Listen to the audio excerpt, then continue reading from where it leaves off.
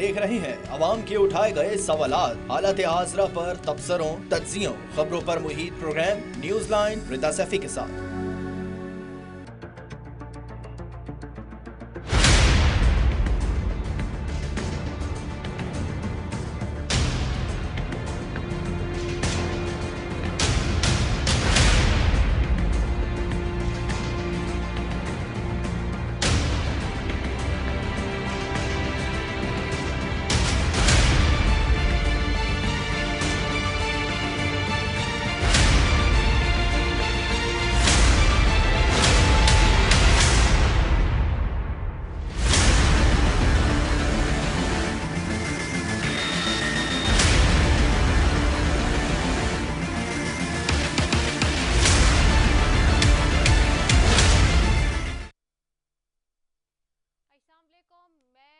रिदा सैफी। नाजरीन, lieutenant general retired Faiz Hamid को बाज़ाब्ता तौर पर चार्जशीट कर दिया गया। ISPR के मुताबिक 12 अगस्त 2024 को पाकिस्तान आर्मी एक्ट की मुतल्लिका दिफात के तहत साबिक DGISI lieutenant general retired Faiz Hamid के खिलाफ फील्ड जनरल कोर्ट मार्शल की कार्रवाई शुरू की गई है। ISPR का कहना है कि इन चार्जेस में सियासी सरगर्मियों में मुलव्विस होना, ऑफिशियल सीक्रेट एक्ट की खिलाफ वर्जियां करते हुए रियासत के तहफ़्फ़ुज़ और मफाद को नुकसान पहुंचाना, इख्तियारात और सरकारी वसाइल का गलत इस्तेमाल और अफराद को नाजायज़ नुकसान पहुंचाना शामिल हैं। ISPR ने कहा है कि lieutenant general retired Faiz Hameed पुरतशद्दुद और बदअमनी के मुतादिद वाक़यात में 9 मई से जुड़े वाक़यात भी शामिल तफ्तीश हैं। इन मुतादिद पुरतशद्दुद वाक़यात में मज़मूम सियासी अनासिर की ईमा और मिली भगत भी शामिल तफ्तीश है। अब आपको बताते हैं कि इस खबर की अहमियत क्या है और आखिर इस खबर के असरात आगे चलकर क्या पड़ेंगे। 9 मई के वाक़यात से मुतालिक तहरीक इंसाफ पर केसेस चल रहे हैं। एक आम तौर पर तासुर यह है कि तहरीक इंसाफ मुलव्विस थी। अब फैज़ हमीद पर भी 9 मई से मुतालिक तफ्तीश हो रही है और चार्जशीट में फैज़ हमीद के सियासी मामलात में मुलव्विस होने का कहा गया है। सवाल ये बनता है कि क्या फैज़ हमीद की गवाही से साबिक वज़ीर आज़म इमरान खान को मज़ीद सख्त केसेस का सामना करना पड़ सकता है। इसमें तो कोई दो राय नहीं कि इमरान खान और जनरल फैज़ करीबी साथी थे। अब इस कुर्बत का इमरान खान को किस हद तक नुकसान होगा ये तो गुजरे वक्त के साथ वाज़ेह हो जाएगा, क्योंकि कल तक हमने आपसे शेयर किया था कि वफाकी हुकूमत ने साबिक वज़ीर आज़म इमरान खान के खिलाफ बड़ी कार्रवाई शुरू करने का उसूली फैसला किया है। इस खबर के एक दिन बाद फैज़ हमीद को बाज़ाब्ता तौर पर चार्जशीट कर दिया जाना, क्या ये महज इत्तेफाक है या फिर इमरान खान पर किसी ऐसे केस का मलबा गिरने वाला है जो उनके सियासी करियर के खात्मे का सबब बन सकता है। सवाल ये है कि एक और जनरल भी थे जिस पर तब की अपोजिशन और आज की हुकूमती जमात मुस्लिम लीग नून भी तनकीद करती थी और वो जनरल का नाम फैज़ हमीद के साथ लिया करती थी। वो नाम था साबिक आर्मी चीफ जनरल कमर बाजवा का। मुस्लिम लीग नून के तब के बयानात आइए मुलाहिजा फरमाते हैं। इमरान नियाजी की इस नाअहल हुकूमत की तबाहकारियों का कौन जिम्मेदार है? जनरल कमर जावेद बाजवा साहब, ये सौगात आप ही की दी हुई है। आप ही इस मुसीबत की मारी कौम की परेशानियों का मूजिब है।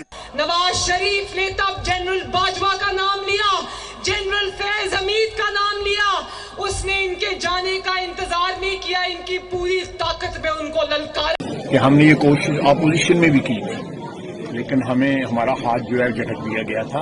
आप देखें कि उस दौर के अंदर हम लेजिस्लेशन के लिए ISI के मैच में जाते हैं और जनरल बाजवा और जनरल फैज बैठ के हमसे लेजिस्लेशन करवाते हैं। दूसरी जानिब जब इमरान खान साहब पर किसी ऐसे मलबे का केस गिरने वाला है जो उनके सियासी करियर का क्या खात्मे का सबब बन सकता है, इस पर फैसल वाडा क्या कहते हैं, ये वो भी सुनवाते हैं। और 9 मई के वाकयात के अंदर जब ट्रायल फैज हमीद साहब को चार्जशीट दिया गया है तो आप भी समझते कि उसी के अंदर इमरान खान साहब को कैसे बरी जिम्मा करार दे दिया जाएगा, जब फैज हमीद ने उनके शवाहिद भी देती है, उनके ऊपर शहादतें भी देती है, उनके ऊपर। तो जी आज हुकूमत में मुस्लिम लीग नून है और उन लोग की ज़बान से फ़कत एक नाम क्यों है, ये भी बहुत बड़ा सवाल है। माजी के सारे भी आपने बयानात सुने, इसी सब पे बात करेंगे जी। मेरे साथ सबसे पहले लाल मली चंद साहब हैं, मुस्लिम लीग पाकिस्तान तहरीक इंसाफ के MNA हैं, नवाबजादा इफ्तिखार हैं पीपल्स पार्टी से MNA और ताहिरा औरंगजेब हैं MNA मुस्लिम लीग नून से। आप तीनों मौजूद मेहमानों का बहुत शुक्रिया। सबसे पहले लाल मली चंद साहब आपकी तरफ आऊंगी। लाल मलीचंद साहब, जनरल फैज का आज हम देख रहे हैं बाज़ाब्ता तौर पर चार्जशीट कर दिया गया है और इसका क्लियरली ताने बाने जुड़ रहे हैं कि वो खान साहब के करीबी साथी थे, दोस्त थे, तो उन पर भी असरात पड़ेंगे। दूसरी जानिब सबसे अहम चीज़ ये है कि जहां 9 मई के वाक़यात में उनको कसूरवार ठहराया गया है, तो कह रहे हैं कि आपके वो करीबी साथियों में से थे, तो आपके ऊपर भी उसका इम्पैक्ट आएगा। क्या कहेंगे?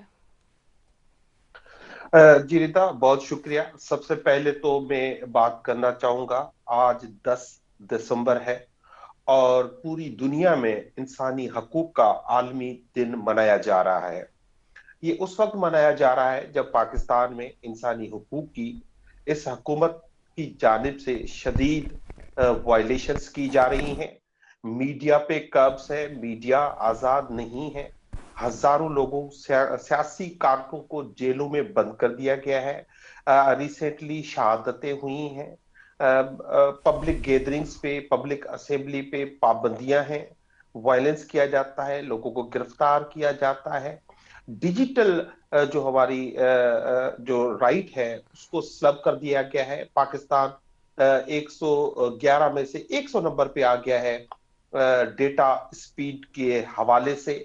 आपके कोर्टों को हुकूमत के मातहत कर दिया गया है। और आज जब इंसानी हकूक का दिन मनाया जा रहा है तो मुख्तलिफ इलाकों में आपको खबर होना चाहिए कि सेक्शन 144 लगाया जा रहा है। आज ही हमारी सुप्रीम कोर्ट ने जो है एक इस्तदा मुस्तरद कर दी है कि सिविलियंस को मिलिट्री जेलों को कस्टडी से लेके सिविलियन जेलों में दी जाए। तो हमारे मुल्क में इस वक्त एक गैर एलानिया मार्शला लगा हुआ है। अब बात आ गई है जनरल फैज हमीद साहब को जो आज चार्जशीट किया गया है उसके मुतालिक।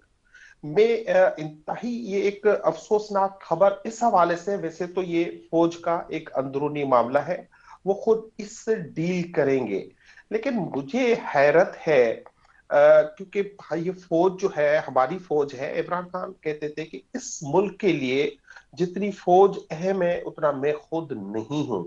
उस फौज में बैठे हुए एक शख्स ने कैसे मुमकिन हो सकता है कि वो सियासत में भी हिस्सा ले, वो ऑफिशियल सीक्रेट एक्ट को भी वायलेट करे, वो रियासत के तहफ्फुज़ को भी नुकसान पहुंचाए और रियासती वसाइल का इस्तेमाल भी करे।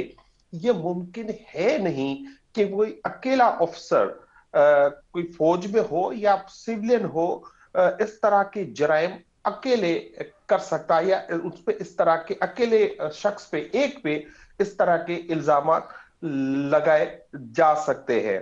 पीपल्स पार्टी, नवाज लीग और जो हमारी मुखालफीन है वो इस खबर पे जो जश्न मना रहे हैं कि जनरल फैज हमीद को एक चार्जशीट कर दिया गया है, लेकिन इसका दूसरा रुख उनको ये नजर क्यों नहीं आ रहा कि हम समझते हैं हमारी फौज जो है पाकिस्तान की मोस्ट डिसिप्लिन्ड फौज है, वहां पे एक काउंटर चेक्स है, अकाउंटेबिलिटी है।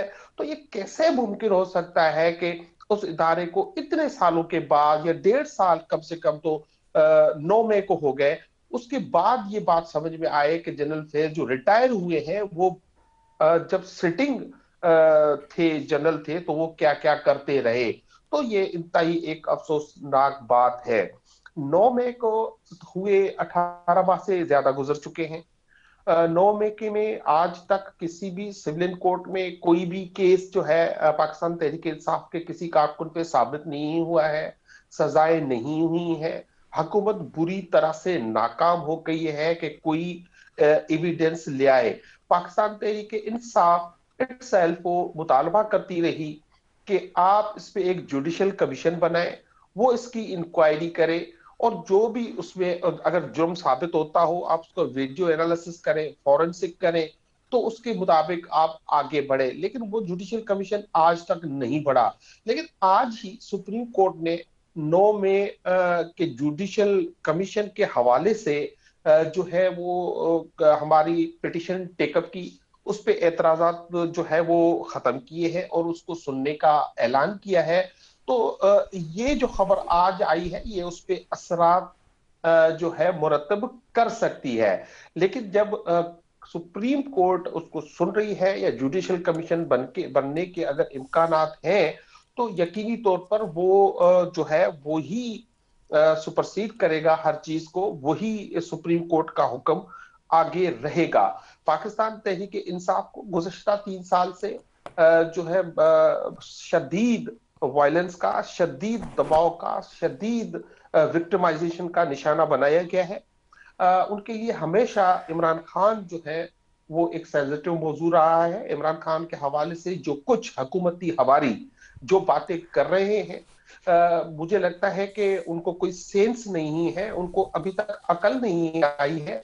एक तरफ वो पॉलिटिकल स्टेबिलिटी की बात करते हैं, दूसरी तरफ जो है इमरान खान को मिलिट्री कोर्ट में पेश करके या पेश करवा के या अपना इन्फ्लुएंस जो है वो शामिल करने की बातें करते हैं।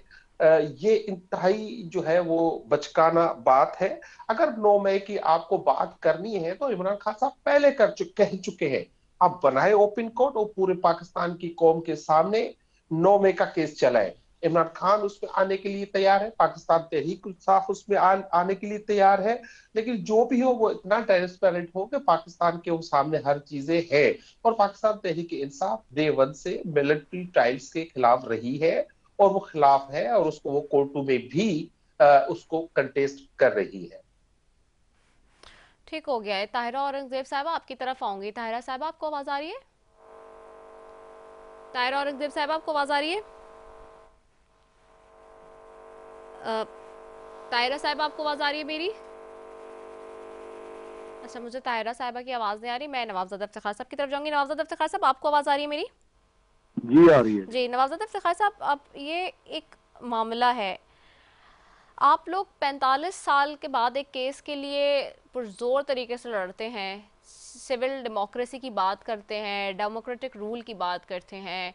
आज आप कहते हैं कि ज़िया का दौर बुरा था, अयूब का दौर बुरा था, मार्शल लॉज बुरे थे, भुट्टो साहब को फांसी गलत दी गई, और आज 45 साल बाद आप उसको जो है वो उसके हक़ के लिए खड़े हुए हैं। Right now at this position आज जो लोग फिर बात करते हैं कि डेमोक्रेसी में ये क्या हो रहा है कि लोगों को जो है वो कंटेनर लगा के कंटेन किया जा रहा है, जमहूरियत के राइट्स नहीं दिए जा रहे हैं, ऑपोजिशन के साथ जो हो रहा है वो सब देख रहे हैं, खुल्लम खुल्ला सबके पास है। और फिर आज ये एक तरफ चार्जशीट और उसको जोड़ना इस मामले से कि जी अगर 9 मई के वाक़यात में उनको किया जा रहा है तो साबिक़ वज़ीर आज़म को भी किया जाएगा, तो क्या ये मतलब ज़रूरी है, या ये आप लोग ये समझते हैं कि ये प्रूवन हो जाता है कि अगर एक तरफ चार्जशीट हो रही है प्रूवन तो फिर साबिक़ वज़ीर आज़म को भी करना चाहिए? दूसरी तरफ ये कि पीपल्स पार्टी क्या समझती है, ये जो सारे इस वक्त सिचुएशन बनी हुई है वो एक डेमोक्रेटिक हुकूमत के अंदर ठीक बनी हुई है, और जो PMLN कर रही है सारी चीज़ें उसके ऊपर क्या पीपल्स पार्टी साथी है उनकी? जी शुक्रिया जी। लेकिन जहाँ तक जनरल फैज हमीद साहब की बात है तो इंसाफ तो होना चाहिए, कानून सबके लिए बराबर होना चाहिए, मगर ये आर्मी का इंटरनल मामला है उनका, वो अपने उसके मुताबिक करेंगे। आगे जाके देखेंगे कि उसमें जब ये चीजें सामने आएंगी तो पता चलेगा फर्दर के क्या अंदर भी कुछ लोग थे साथ, या रिटायर्ड साथ थे, या हाजिर सर्विस उनके साथ कौन कौन था, और उन्होंने ये जो सब कुछ किया जो चार्जशीट में आ रहा है। तो ये इंटरनल मामला है, देखें आगे जाके इंक्वायरी जब मुकम्मल होगी सारा चीजें सामने आएंगी। जहाँ तक बात है कि अपना ये मिलिट्री इनका ट्रायल वगैरह का, तो ये देखिए मिलिट्री कोर्ट्स के बारे में अगर आप सिर्फ खान साहब के अपने स्टेटमेंट्स या इनके मिनिस्टर्स के मुराद सईद वगैरह के देख लें कि ये आर्मी की मिलिट्री कोर्ट्स की वकालतें किस तरह करते रहे हैं, और इनकी अपनी स्टेटमेंट्स अगर आप चलवा लें, आपके पास क्लिप्स होंगे कि खान साहब किस तरह उसके लिए बढ़ चढ़ के बातें करते थे। अब भी सारी चीजें सामने आ रही हैं। हमारा तो एक ही है कि खान साहब अब जेल में है, तो उनके पास टाइम भी है अकेला बैठ के सोचने का कि ये सब कुछ, ये पे दर पे जो चीजें हुई हैं और ये जो नाकामियां हुई हैं और जो वो करते रहे हैं, ये सब कुछ क्यों हुआ। अब उन्हें बैठ के सोचना चाहिए कि इसी सदर जरदारी को कहते थे कि ये मेरी बंदूक की चिस्त पर है और आज वो प्रेसिडेंट है। इन्हीं शरीफ बिरादरान के बारे में पता नहीं क्या कुछ कहते थे। आज एक प्राइम मिनिस्टर है, दूसरे की बेटी चीफ मिनिस्टर है। इसी राना सनाउल्लाह के बारे में कहते थे कि मूंछों से पकड़ के जेल में डालूंगा, और फिर उसके ऊपर हेरोइन डाली। आज वो इंटीरियर मिनिस्टर है। इसी तरह काजी ईसा फैज के बारे में उसे वहां से जिस तरह रुसवा करके निकालने की कोशिश की गई, उसकी उनकी मिसेज किस तरह अदालतों के चक्कर काटती रही, FPR वगैरह के चक्कर, वो सारी दुनिया ने देखा मीडिया के थ्रू। फिर वो चीफ जस्टिस बन गए। इन्हीं जनरल आजम मुनीर साहब को किस तरह ISI से निकलवाया गया, और फिर इन्हें वो करने की कोशिश, फिर इन्हें आर्मी चीफ बनने से रोकने के लिए धरने वगैरह सारा, तो वो आर्मी चीफ बन गया। फिर जल्द इलेक्शंस के लिए इन्होंने अपनी असेंबली, पंजाब में अक्सरियत थी, KPK में अक्सरियत थी, तोड़ दी। कौमी असेंबली से ये रिजाइन कर गए, सारा खत्म कर दिया। IMF को खत लिखे, अपने मिनिस्टर से खत लिखा है, उनसे भी गवर्नमेंट के मामला सेटल हो गया, लोन वगैरह को हो गया। ये तमाम चीजें एक लंबी एक लिस्ट है, और खान साहब को इन चीजों के बारे में सोचना चाहिए कि ये सब नाकामियां क्यों हुई। ये जो बाहर उनके बैठे हैं ना लोग, ये जिस तरह की गलत तासुर देते हैं या फीड करते हैं। अब अगर सिर्फ आप जब जेल से बाहर आती हैं, अलीमा साहबा जो उनकी हमशीरा हैं, अगर सिर्फ आप उनकी गुफ्तगू और किस कर्ब में वो गुफ्तगू करती हैं और जिस तकलीफ और दर्द के साथ, आप अंदाजा करें कि वो जब कह रही होती हैं कि सब बाहर आके गलत बातें कर रहे हैं, मेरे भाई ने ये बातें नहीं की, हमें नाजायज, हम इस तकलीफ में हैं, हम सब कुछ है, ये आके बाहर कहते हैं कि जी वो तो डटे हुए हैं, वो कहते हैं जी मैं 100 साल रहने को तैयार हूं, मुझे कोई ये नहीं। ये इन्होंने मीडिया के थ्रू, सोशल मीडिया और बाकी ये जो जितने इनके वो लोग हैं, इन्होंने एक गलत तासुर देकर उन्हें और मुश्किलात के अंदर फंसाई जा रहे हैं। और मेरा ख्याल है जहां तक ये कंटेनर्स वगैरह की बात हुई है, खान साहब के अपने दौर में आप देख लें कि जब यहाँ पे धरने वगैरह हुए तो किस तरह कंटेनर्स लगाए गए। मैं आपको पीपल्स पार्टी के दौर की बात करता हूँ कि देखें उस दौर में ताहिर कादरी साहब किस तरह चढ़ाई करके आए थे। पीपल्स पार्टी ने किस तरह वेलकम किया था। सर्दियां थी, बारिशें हो रही थी, हमने बच्चों को दूध प्रोवाइड किया, गर्म दूध, चाय वगैरह, उनके लिए खुश्क मेवाजात वगैरह, उनके लिए गर्म पानी का इंतजाम किया जितने दिन वो बैठे सारा, और उन्हें बाइज्जत तरीके से यहाँ से रवाना किया। हम पीपल्स पार्टी ने तो कोई ऐसा इकदाम नहीं किया।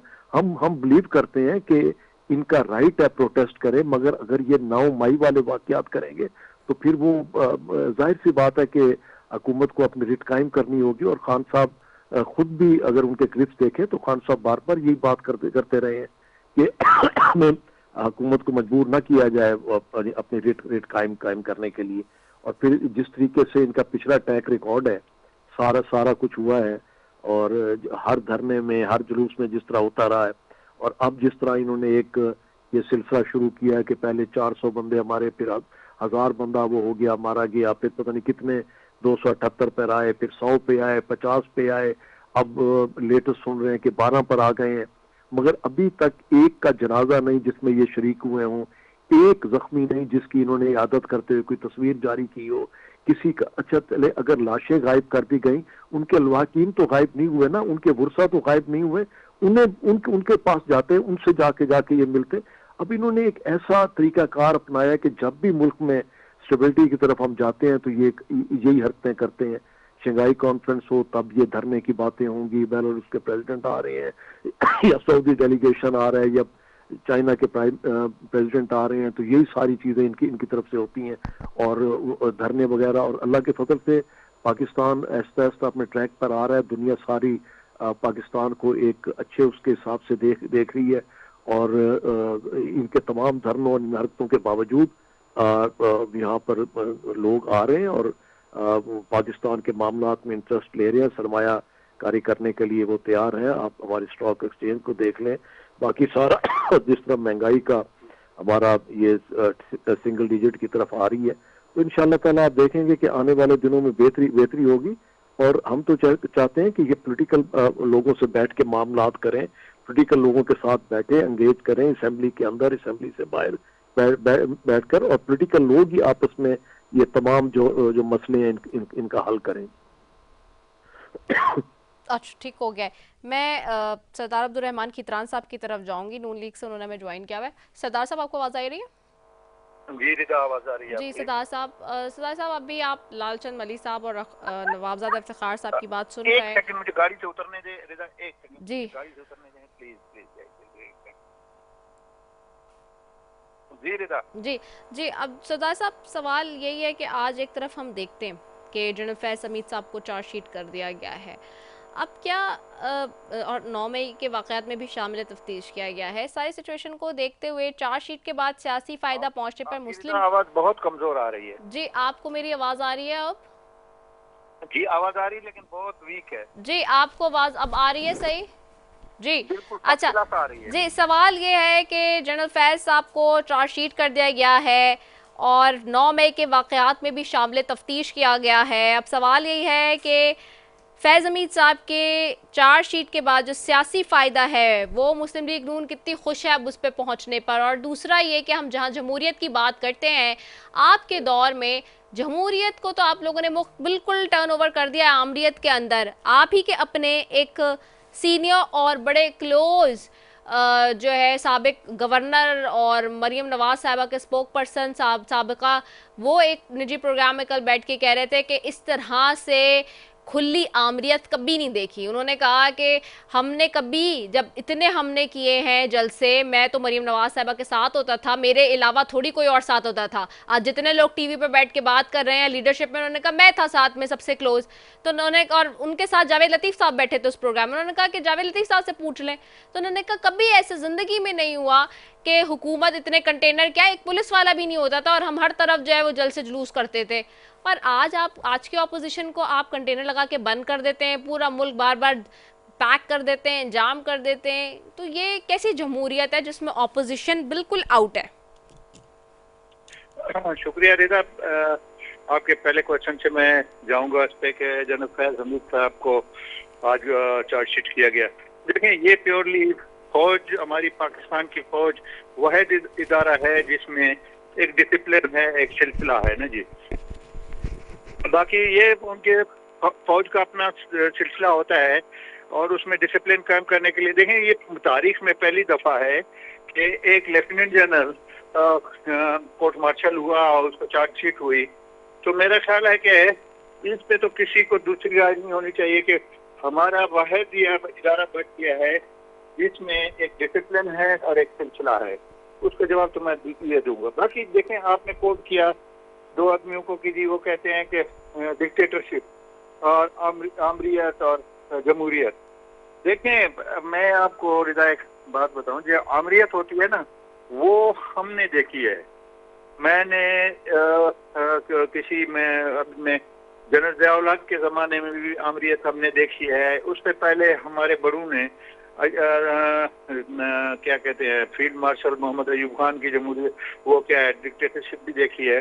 अल्हम्दुलिल्लाह आज जमहूरियत है। आपका एक जमहूरी वजीर आजम बैठा हुआ है, चारों सूबों में वज़रा आला बैठे हुए हैं, एक काबीना है, एक सिलसिला है, असम्बली है।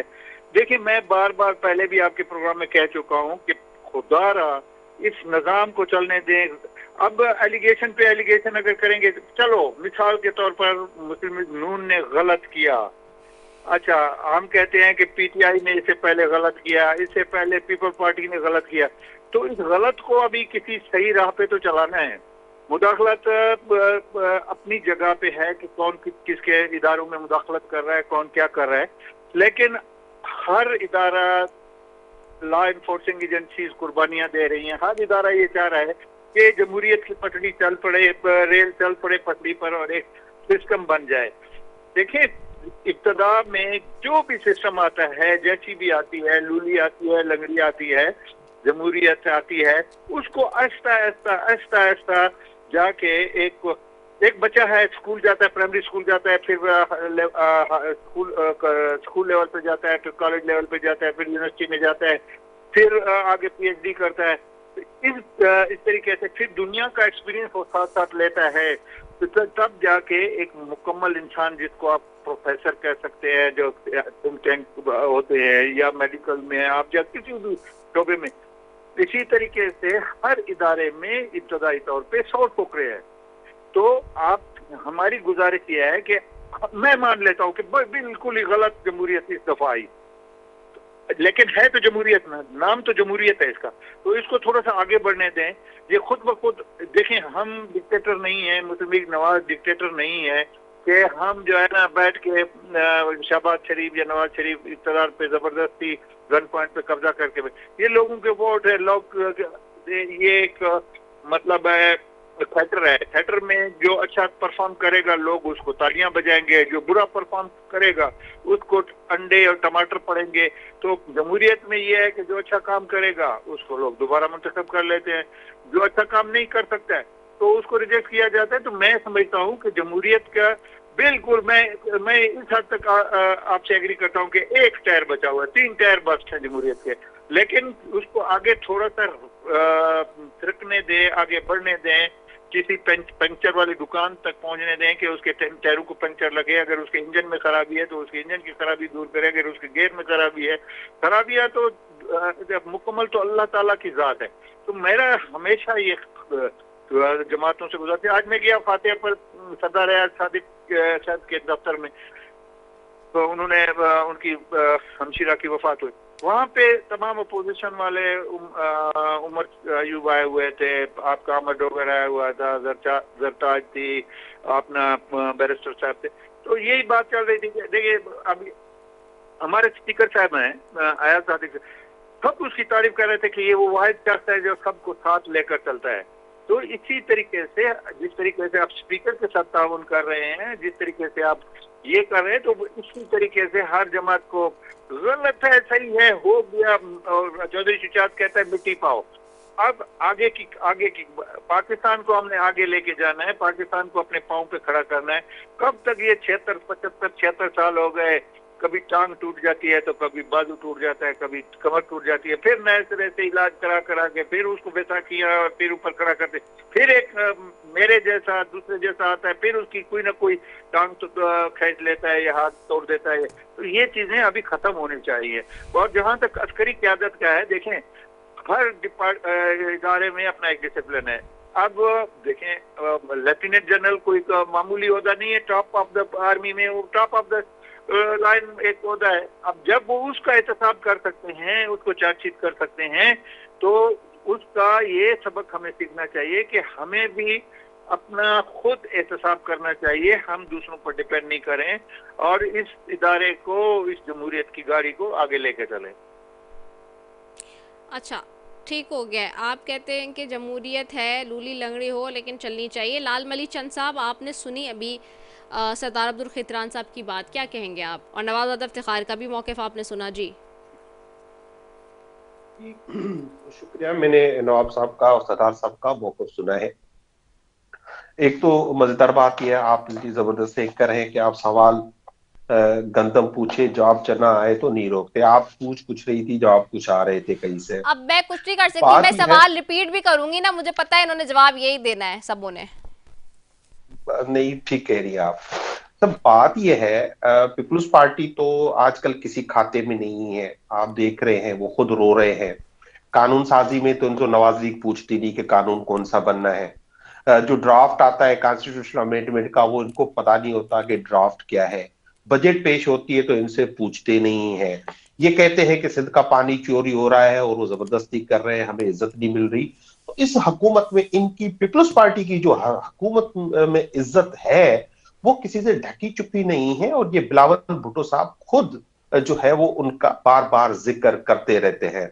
तो एक जो सरदार साहब ने कहा लूली लगड़ी हुकूमत, लूली लगड़ी अच्छा, यहाँ मैं एक चीज ऐड ऑन करूँ ना इसमें। मसला ये कि हमारे लोग इतने कॉम्प्रोमाइज हो चुके हैं। आप जो बिलावल साहब की बात करें, बिलावल साहब अपनी पार्टी के लोगों की तरफ इशारा करते हुए कह रहे होते हैं कि भाई मेरी नहीं सुन रहे, बाहर वालों की सुन रहे हैं। वो बाहर वाले कौन है सबको पता है। अब मैं कितना बोल लूं यहाँ पे बैठ के भी कोई फायदा नहीं है, क्योंकि बिलावल साहब खुद नाराजगी का इजहार कर चुके हैं अपने वुज़रा से, उनकी परफॉर्मेंसेस पे। बाहर वाले कौन है सबको पता है। इसलिए हम बाहर वाले कौन है इसलिए हम कहते हैं कि जो जनरल फैज हमीद साहब का जो कोर्ट मार्शल शुरू हुआ है, वो चार्ज शीट हुए हैं, ये इसलिए भी एक अच्छी बात होगी कि मुस्तकबिल में भी इस तरह की कोई वायलेशन होगी आर्मी एक्ट की। और मेरा एक सवाल है, मैं हैरान हूं। मैं कह रहा हूं ये उनका खुद का एक मामला है फौज का, वो खुद उसको देखेंगे। लेकिन क्या आर्मी एक्ट आज से सिर्फ इम्प्लीमेंट होगा? कि आर्मी एक्ट सिर्फ जनरल फैज पे इम्प्लीमेंट होगा, जनरल बाजवा पे इम्प्लीमेंट नहीं होगा, जो मुताबिक इंटरव्यू दे चुके और कह चुके कि जो है मैंने ये किया वो किया, इस तरह गवर्नमेंट को गाइड किया, इस तरह मैं पॉलिटिक्स में हिस्सा बना। और ये लंदन प्लान जो किसी से ढकी छुपी बात थी, मैं कह रहा हूं कि ये बहुत अच्छी बात है, लेकिन ये सेलेक्टिव जस्टिस नहीं होना चाहिए, ये जस्टिस फॉर ऑल होना चाहिए, कानून की हुक्मरानी होना चाहिए। सेलेक्टिव जस्टिस, बस एक मैं इसी पे दोनों का मौकिफ ले लूं क्योंकि टाइम कम है। सेलेक्टिव जस्टिस नहीं होना चाहिए जी। नवाबजादा इफ्तिखार साहब, सेलेक्टिव जस्टिस नहीं होना चाहिए। मैंने शॉर्ट सुनवाए थे शुरू में प्रोग्राम के, मुस्लिम लीग नून के तमाम लोगों के, जिसमें मरियम नवाज साहिबा का भी सुनवाया मैंने, नवाज शरीफ साहब का भी सुनवाया, ख्वाजा आसिफ का भी सुनवाया।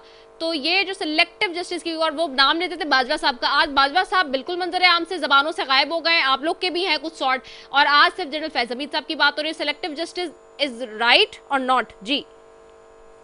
देखिए, मैंने शुरू में यही बात की थी, मैंने कहा अब जब ट्रायल आगे जाएगा, अभी तो उनके किया है, चार्जशीट किया है, तो उस वक्त पता चलेगा कि आर्मी के अंदर सिटिंग कौन कौन थे, इसमें मुलविस थे, और रिटायर्ड कौन कौन मुलविस थे। जब ये सारी चीजें सामने आएंगी तो फिर तमाम हकाइक सामने आएंगे। और एक बात मैं और करता जाऊं कि भाई ने बात की कि हमारा नून लीग हो या पीपल्स पार्टी हो, दोनों अलहदा जमाते हैं, दोनों का अपना मैनिफेस्टो, दोनों अपने उसके मुताबिक वोट लेकर आए हैं।